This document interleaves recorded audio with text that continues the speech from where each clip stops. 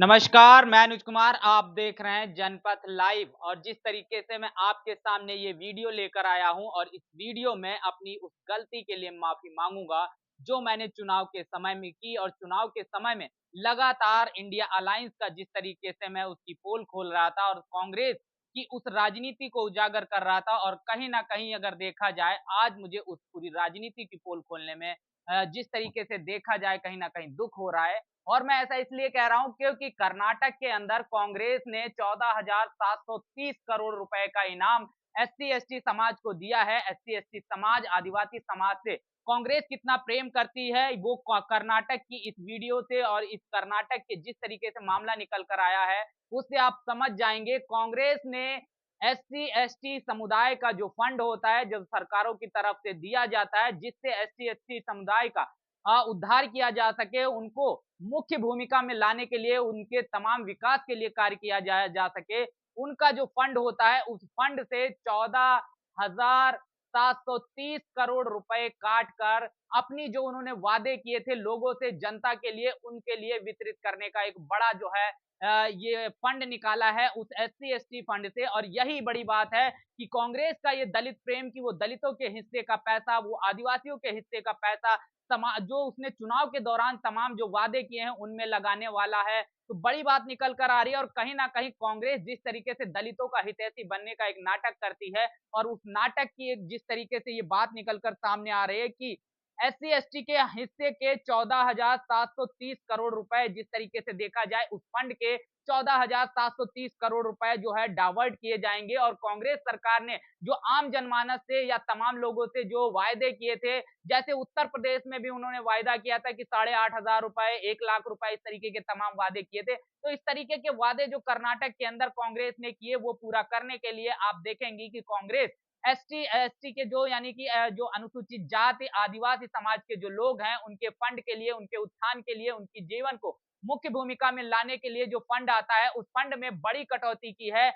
और 14,730 करोड़ रुपए का फंड काट के वो कांग्रेस कहीं न कहीं आम जन तमाम उसने चुनावी वादे किए थे, उन वादों को पूरा करने के लगाने वाली है। तो बड़ा सवाल ये खड़ा होता है कि ये फंड सिर्फ एससी एसटी समाज के जो उत्थान के लिए जो फंड आता है ये उनमें से ही क्यों काटा जाएगा? और वो इसलिए काटा जा रहा है क्योंकि एससी एसटी और आदिवासी समाज कांग्रेस को बहुत प्यार करता है। कांग्रेस इस आदिवासी और एससी एसटी समाज से बहुत प्यार करता है और ये दोनों एक दूसरे के लिए किसी भी तरीके की कुर्बानी देने के लिए तैयार हैं। कांग्रेस ने 14,730 करोड़ जो रुपया है इस एससी एसटी जो समुदाय है उनके लिए जो फंड आता है उसमें से लेके जो तमाम चुनावी वादे किए हैं वो पूरा करने के लिए करे। तो इससे एससी समुदाय, एसटी समुदाय और तमाम आदिवासी समुदाय को कोई भी दिक्कत नहीं है क्योंकि वो राहुल गांधी और कांग्रेस से इतना ही प्रेम करती है। 14,730 करोड़ रुपए ही क्या वो पूरा फंड अगर कांग्रेस चाहे तो चुनावी वादे पूरे करने में लगा दे। इससे एसटी एसटी और आदिवासी समाज को कोई भी दिक्कत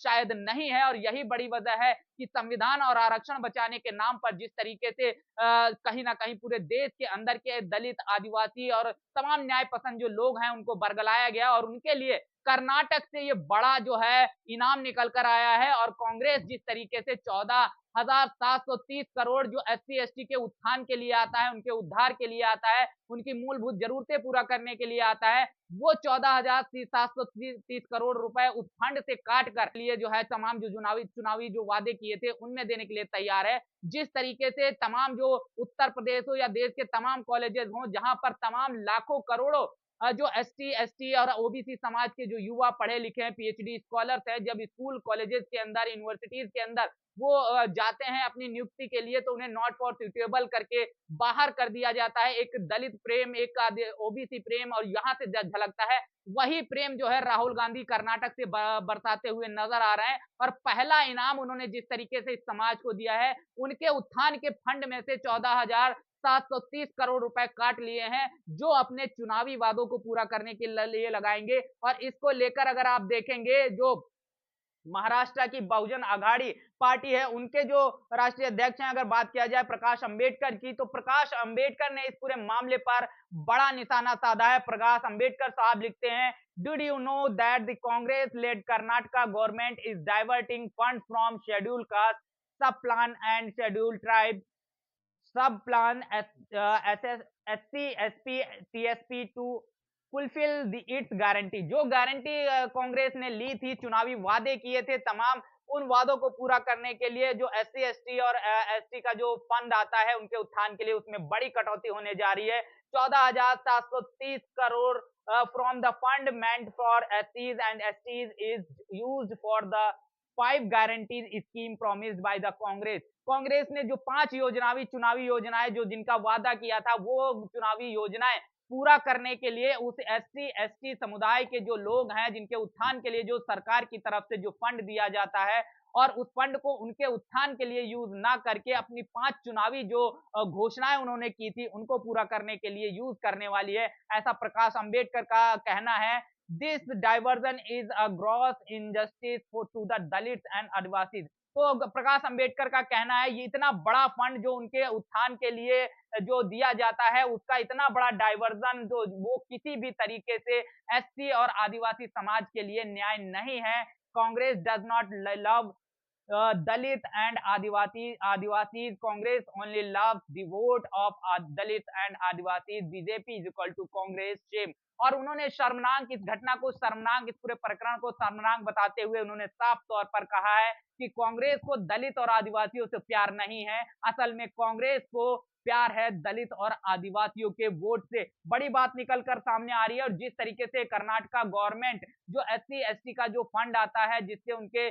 जो है उत्थान के लिए यूज किया जाए, उसकी उसमें 37% की कटौती करते हुए 14,730 करोड़ की जो है कटौती करते हुए अपनी 5 चुनावी जो घोषणाएं उन्होंने की है, गारंटी जो उन्होंने दी थी, उन गारंटियों को पूरा करने के लिए कर रही है। और ये कहीं ना कहीं देखा जाए इस एससी, एसटी समुदाय के लिए एक बड़ा ही, जिससे देखा जाए कि एक दुर्भाग्य भरा उनका कदम है। और जिस तरीके से देखा जाए, जो पैसा उस एससी, एसटी समुदाय के उत्थान के लिए लगाना चाहिए था, वो अपनी चुनावी तमाम घोषणाएं पूरी करने के लिए लगा रहे थे। तो आप देख सकते हो कि किस तरीके से कांग्रेस ने बड़ा इनाम दिया है, और जिस तरीके से लेटर भी जारी हुआ है, तो आप साफ तौर पर समझ सकते हो। और जो बीजेपी राजनीति करती थी कि कहीं ना कहीं लोगों को फंसा दिया जाए राष्ट्रवाद के मामले पर, कहीं ना कहीं धर्म विरोधी बात कहने पर, अब उस तरीके का इस्तेमाल कांग्रेस के लोग कर रहे हैं। और जो लोग कांग्रेस की इस तरीके से पोल खोलते हैं, जिस तरीके से राहुल गांधी संसद के अंदर शिव की तस्वीर, भगवान शिव की तस्वीर दिखा रहे हैं, तो भगवान शिव की तस्वीर राहुल गांधी दिखाएं, उसमें उनकी आस्था है, जरूर करना चाहिए,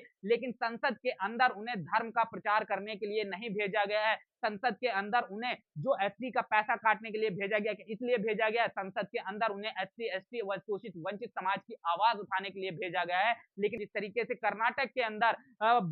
जो कांग्रेस है, जो चुनावी वादे किए हैं, कांग्रेस ने दलितों और आदिवासियों को प्यार दिखाते हुए उनके हिस्से के 14,730 करोड़ रुपए काटकर अपनी चुनावी जो तमाम वादे किए हैं, उनका पूरा करने के लिए इस्तेमाल करने वाली है। ये बहुत बड़ा घोर अन्याय जो है, वो उस एससी और उस एसटी और उस आदिवासी समाज के लिए है, जिसे कतई भी भुलाया नहीं जा सकता। तो बड़ा इनाम है, और ये इनाम उन लोगों के लिए है जिन्होंने संविधान और आरक्षण बचाने के लिए इस कांग्रेस को वोट दिया था, इस इंडिया अलायंस को वोट दिया था। वो इस इनाम को लें और एंजॉय करें। इस तमाम बातचीत को लेकर आपका क्या कहना है, कमेंट में जरूर बताइएगा। बने रहिएगा जनपथ लाइव के साथ। तब तक के लिए जय भीम, जय भारत।